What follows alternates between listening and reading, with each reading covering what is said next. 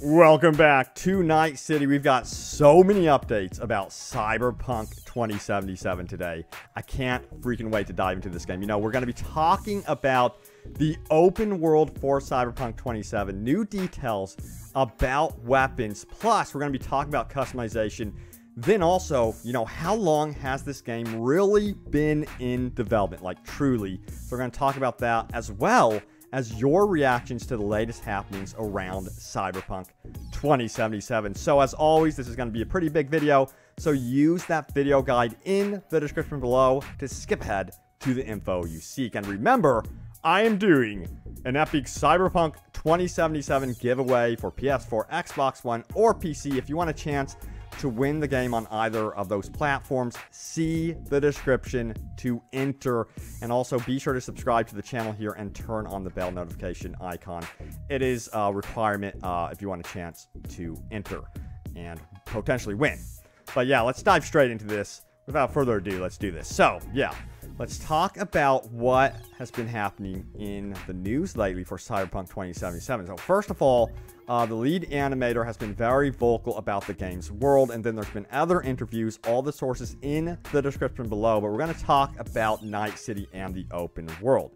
So this is what was said by the lead animator in a recent interview. It says, to compare Cyberpunk 2077 to Witcher 3, let's say that the world of the latter was very vast in its length. It is an open world made of very large natural landscapes. Going from point A to point B took a lot of time because you were riding, but also because it was a game that stretched horizontally. Now, the world of Cyberpunk 2077 is above all a vertical world with buildings everywhere, and in this, it is difficult for us to establish a metric comparison. The game will allow you to enter many buildings knowing that everything was done by hand, because we believe that quality comes first through manual creation. Nothing is procedural in our world.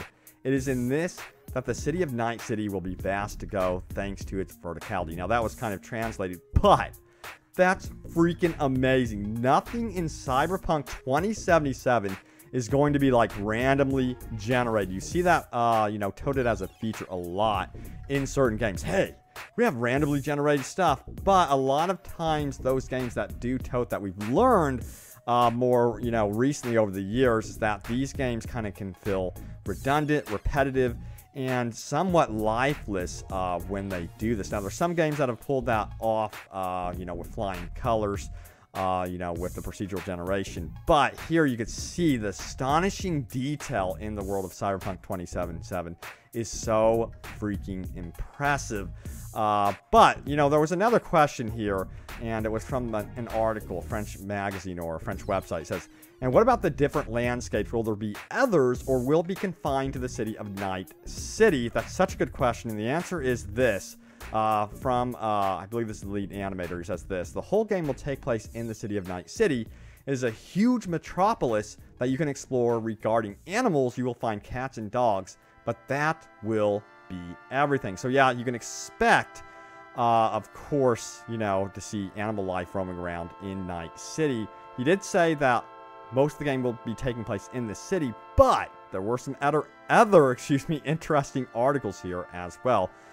So this is what CD Projekt Red has to say about this. It says, in the city, and there's a certain degree of outskirts of the city as well. Now remember, some of this is translated, so it's not going to be perfect.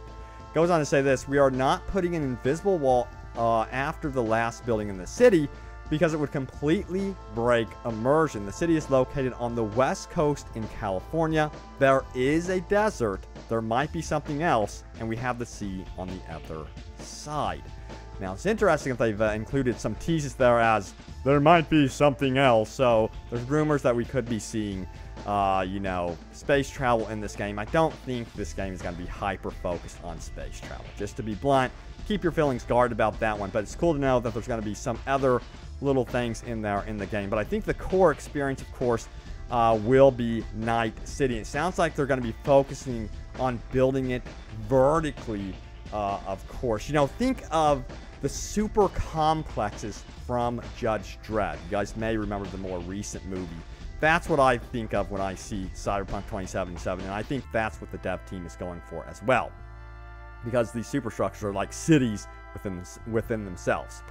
All right, so next comment, of course, comes from CD Projekt Red here. It goes on to say, all of that adds the ability to distinguish between each district. You want the player to feel they're in a district even without looking at their compass. It's a big city. People tend nowadays to use GPS, but we're building it in such a fashion that the player should always have a point of interest in sight so they can orient themselves. It's not always a big building. Sometimes it's a hill or the mountains on one side, the sea on the other side. And, you know, it's interesting that they brought this up because I've been playing, you know, a lot of GTA 5 on streams lately. I'll check out my streams, of course. But, you know, I've been noticing that I've been able to get around that city just by looking around without having to look at the mini-map or open up the map. It's just looking at, you know, distinguishable, you know, icons around the city or buildings or even the horizon. I'm like, yep, I know where I'm at. And that's what they're going to be going for with Night City. Very identifiable locations. And you'll be able to be like, okay, I can look to this point on the horizon, see a familiar building that, you know, kind of sticks out on its own and know where my bearing is. So that's really cool to know that they're getting that detail down. Now let's talk about weapons. All right, so this is what the article had to go on to ask. I don't know how to pronounce that, but they say this. We could see in the demo that it is possible to use knives. Should we expect, I don't know, ad hoc use, or will they be as important as firearms? So the gist of this is melee combat going to be something that's viable? Are we going to be seeing that in this game?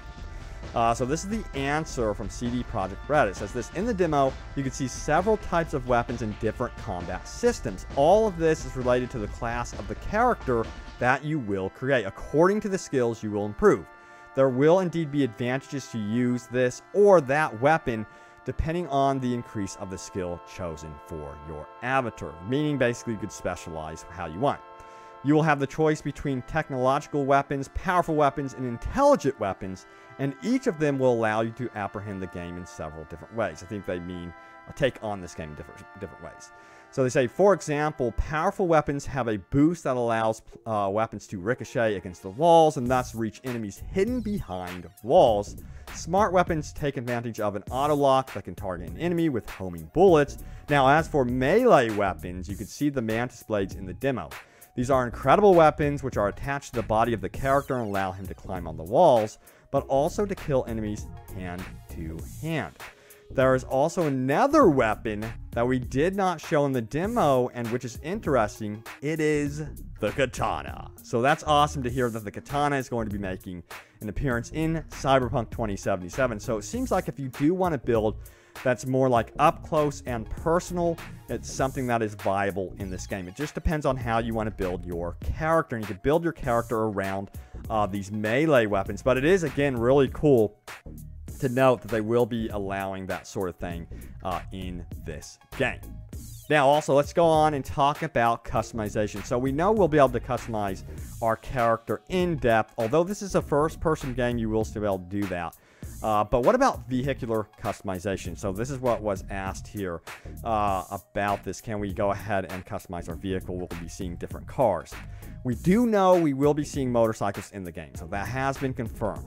Now, this was the answer. Every time you see a vehicle in the game, it will be possible for you to take control, and you can then start the fight from there. It's typically, excuse me, the things players that I find cool to do, but I cannot give you too much detail about the different vehicles at the moment. However, I can tell you that you can customize your cars in the game. Nice. So yes, you will be able to customize your cars in this game, so that's great to note going forward, because they do offer a really cool third-person view, as you can see here. So that is really cool, and this is one badass car. I can't freaking wait to drive it. All right, so let's talk about also, when did development actually begin for Cyberpunk 2077? So that was the question right here. When did it really start?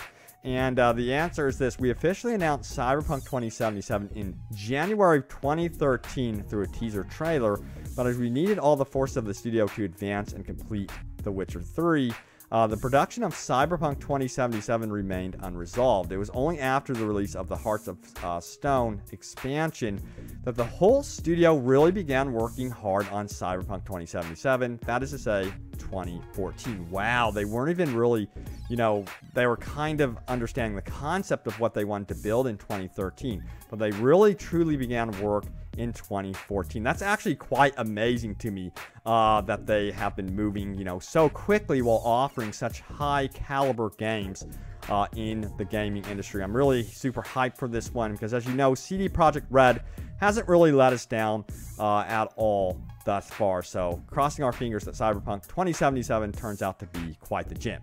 Now let's talk about top comments. Remember, leave a comment down below. Could end up right here in the video, but you guys had some really good ones on my previous Cyberpunk video, so let's do this.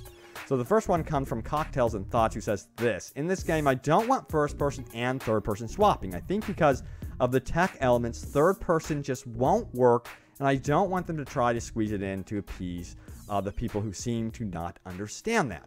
Then we would end up with a wonky third-person view that critics would complain about. I think they should just stick to their vision and get the game out as polished as possible. It is confirmed we will not be seeing a third-person camera view. That's been confirmed like over and over again on CD Projekt Red's Twitter, and I get exactly where you are coming from. Would I like third-person? That would be awesome. It would be cool to see your customization a bit more in that regard. But as you can see, it's clearly built for first person. Like you said, there would be problems that could arise from that going into interiors that just aren't designed around third person. That could be an issue for sure. So, yeah, I'm cool with the first person, and it seems like down the road, one of the reasons they could have done this as well, and this is just me speculating, mind you, is they could attach multiplayer to this game down the road, and first person would be pretty cool for that. As you know, CD Projekt Red is looking into multiplayer for this game, possibly in the long term, but their focus right now is on this single player experience. Edward Edwin says this: Hideo Kojima, the Death Stranding, CD Projekt Red with Cyberpunk 2077, and Obsidian with The Outer Worlds 2019 is the year of the big ones. Yeah, man, I'm actually getting hyped for 2019. You know, we did get some really good games in 2018, but it was muddled by a lot of bad games too. So it'd be nice to see a trend move towards, you know, releasing more consistent good games that also lined up with what we want as, you know, customers. So that would be nice to see. But yes, thank you guys so much for watching. Stay tuned here to Open World Games for more Cyberpunk 2077. Remember, I am doing a huge Cyberpunk 2077 giveaway. So see that description below to enter. Remember to subscribe to stay up to date on all things Cyberpunk 2077. Turn on that bell notification icon, and I won't let you down. You're going to have the latest happenings around this game. But guys, thanks for watching. Stay tuned for more, and I will see you next time. Take care.